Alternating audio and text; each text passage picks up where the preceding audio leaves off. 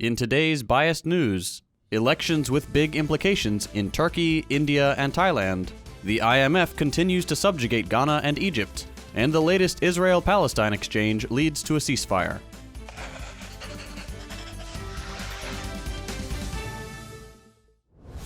The IMF has just approved several installments of loan payments to Ghana, with the first totaling $600 million. Ghana is currently seeking up to $3 billion from the IMF as a result of economic downturn exacerbated in recent years by the COVID pandemic and consequences of the Russia-Ukraine conflict. Ghana will have to make several concessions to the IMF which have not yet been made public. But previous concessions have included raising electricity and water tariffs, mass privatization of water resources and mining facilities, cuts to public sector employment, and other cost-cutting measures that have negatively affected the local population. This is supposedly required to service foreign debt that Ghana carries. The country currently pays between 70% and 100% of government revenue to meet these requirements each year. This initial payment will be followed by another $600 million towards the end of the year, with semi-annual injections of $360 million afterwards. Similarly, Egypt has just sold a 9.5% stake in the state-controlled Telecom Egypt company, worth roughly $122 million, as part of their commitment to IMF-imposed privatization. This is Egypt's second sale of state assets totaling an agreed $2 billion, with buyers such as Moon Capital, a New York-based hedge fund manager aimed at securing ownership in critical assets of what they call frontier and emerging markets.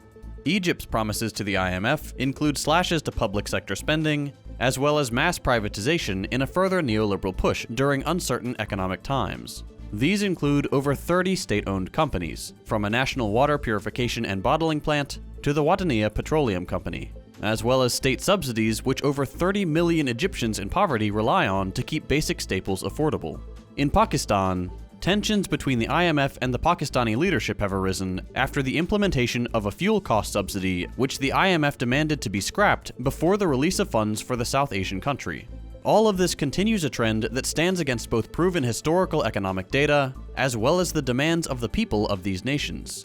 Neoliberalism is an unpopular and destructive ideology that plunges entire populations into further poverty, reinforcing a neo-colonial system of debt repayment and economic subservience that keeps otherwise resource-rich countries poor through overexploitation.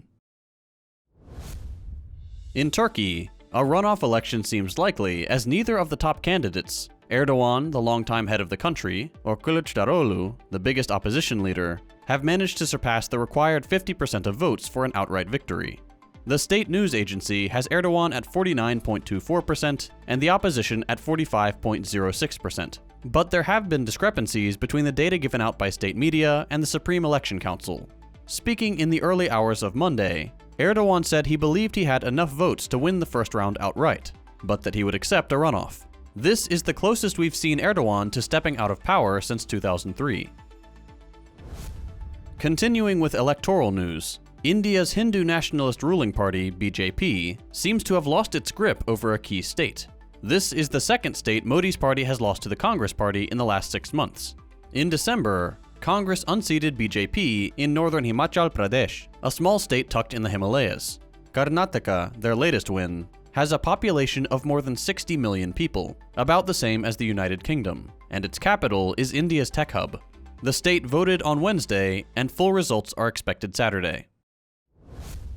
Continuing in Asia, Thailand's electoral body seems to have completely rejected its current military royalist elite rulers in an election which saw the youth-led Move Forward party taking a stunning lead. With nearly all votes counted on Monday, the Move Forward party and the Pheu Thai party were projected to win about 286 seats in the 500-member House of Representatives. But uncertainty remains about whether they would be able to form the next government due to skewed parliamentary rules that allow 250 members of a military-appointed Senate to vote on the Prime Minister. That means MFP and Pheu Thai will need the support of smaller parties to establish a new administration. In Russia, interesting new rhetoric is being deployed. The head of Russia's Federal Crime Agency said during a conference that nationalization of key industries would be a good choice in order to stabilize the economy during times of war. While some key private companies, especially in the oil and gas industry, are controlled by Moscow directly, the suggestion of nationalization has been carefully avoided as taboo since the illegal dissolution of the Soviet Union in the early 90s.